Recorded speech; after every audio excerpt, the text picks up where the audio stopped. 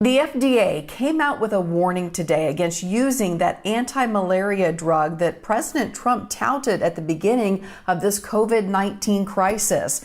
But that is not stopping local doctors from participating in a study over this drug. Levi Ismail has their story.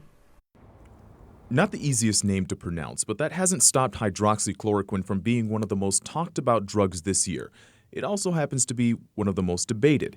The once glowing reviews from the presumed answer to COVID-19. I think it could be a game changer. Now facing scrutiny from studies suggesting it could actually make symptoms worse. Friday, the FDA issued a warning saying the drug shouldn't be used outside of hospitals or clinical trials like this. I think being educated is very important in realizing the difference in the patient populations. Dr. Aaron Millstone of Williamson County Medical Center is part of a study organized by the recently launched HERO Registry. That's getting a lot of attention on its own. Thank you so much for your efforts and helping to keep our team and our city safe. For the group, the first order of business is a clinical trial of hydroxychloroquine. The goal is prevention, and the subjects, healthcare workers on the front lines. Using a drug is always different when you're using it in a healthy population versus a sick population.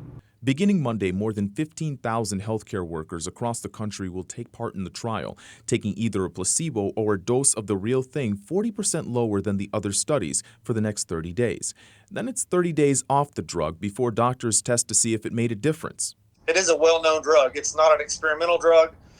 We know what the side effects are of this medication already. Dr. Andy Russell of Williamson County is one of the 15,000 taking part and says while he knows the risks, he also knows what's at stake. It's a very expeditious trial designed to get that 15,000 enrollment very quickly so we can find something to protect our healthcare workers from COVID-19. Levi Ismail, News Channel 5.